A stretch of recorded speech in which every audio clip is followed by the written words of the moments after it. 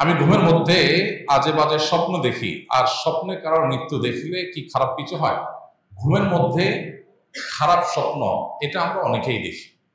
এখন প্রথম কথা হলো, ভালো স্বপ্ন কি আর খারাপ স্বপ্ন কি, এটা সংজ্ঞাটা কি, কোনটা ভালো কোনটা খারাপ বুঝবো কিভাবে? উত্তর হলো, কিছু স্বপ্ন আছে যে স্বপ্নগুলো দেখার পর আমাদের মন প্রফুল্ল হয়ে যায়, মন প্রশান্ত হয়, ভালো লাগা কাজ করে, এগুলোকে আমরা ভালো স্বপ্ন ধরতে পারি। আর কিছু স্বপ্ন আছে যে স্বপ্নগুলো দেখার পর আমরা ভয় পাই, অস্থির হই, বিচলিত হই, পেরেশান হই, এগুলোকে খারাপ স্বপ্নের মধ্যে ফেলতে পারি। এবার আসা যাক, এই ভালো স্বপ্ন এবং খারাপ স্বপ্নের মধ্যে আমরা কোনটা হলে কি করব?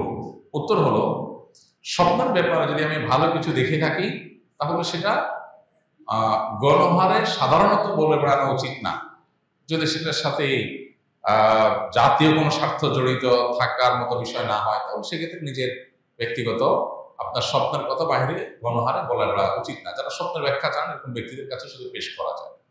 দ্বিতীয়ত হলো, খারাপ স্বপ্ন যেটা পর আমি বিচলিত হয়েছি, এটা দেখার পরে প্রথমত যদি এমন হয় যে স্বপ্ন দেখেছি এটা দেখার পর আমার পেরেশান লাগছে, আমি চিন্তাগ্রস্ত হয়ে যাচ্ছি, পেরেশান হয়ে যাচ্ছি, তাহলে এটা কখনো কখনো শয়তানের তরফ থেকে হয় মানুষকে পেরেশান করার জন্য। অহেতুক পেরেশানি, পরীক্ষা দিচ্ছি, দৌড়ে যাচ্ছি, বাস চলে যাচ্ছে, ইয়া চলে যাচ্ছে, এগুলো বেশিরভাগ শয়তানের তরফ থেকে মানুষকে হয়রানি করার জন্য, কষ্ট দেওয়ার জন্য। এগুলো থেকে আত্মরক্ষার উপায় কি? সকাল সন্ধ্যার আমল নিয়মিত করা। ঘুমের সময় অনেকগুলো মাসনুন আমল আছে যেটা আমরা জানি না। ঘুমের সময় যত মাসনুন আমল আছে, এগুলো যদি সবগুলা কেউ করতে চায়, মিনিমাম তার 30 থেকে 40 মিনিট সময় লাগবে মিনিমাম। সে সবগুলো আমল করতে চাইলে এই পরিমাণ কোরআনে বড় বড় সূরা তেলাওয়াত করার কথা আছে, অনেকগুলো আমল আছে, সেগুলো করে যদি শোন, ওযুর সাথে শোন, ইনশাআল্লাহ তাআলা হেফাজত করবে। কোনো কোনো সময় শারীরিক দুর্বলতার কারণে মানুষ এই সমস্ত স্বপ্ন দেখে, সেক্ষেত্রে সে দিকটার প্রতি বিশেষ খেয়াল রাখতে হবে, দুর্বলতা না থাকে। আর কিছু কিছু স্বপ্ন আছে যেগুলো মিনিংফুল, বোঝা যায় যে এটা আমাকে বিশেষ কিছু ইন্ডিকেট করা হচ্ছে, তো সেগুলো কখনো কখনো দেখতে বা আপাত দৃষ্টিতে খারাপ স্বপ্ন মনে হলেও সেটা আসলে ব্যাখ্যায় ভালো হয়। সেটা স্বপ্নের ব্যাখ্যা বিশেষজ্ঞ যারা আছেন, এক্সপার্ট, তারা বলতে পারেন। স্বপ্নের মৃত্যু দেখলেই যে মৃত্যু হয়, নট নেসেসারি, এরকম সবসময় না।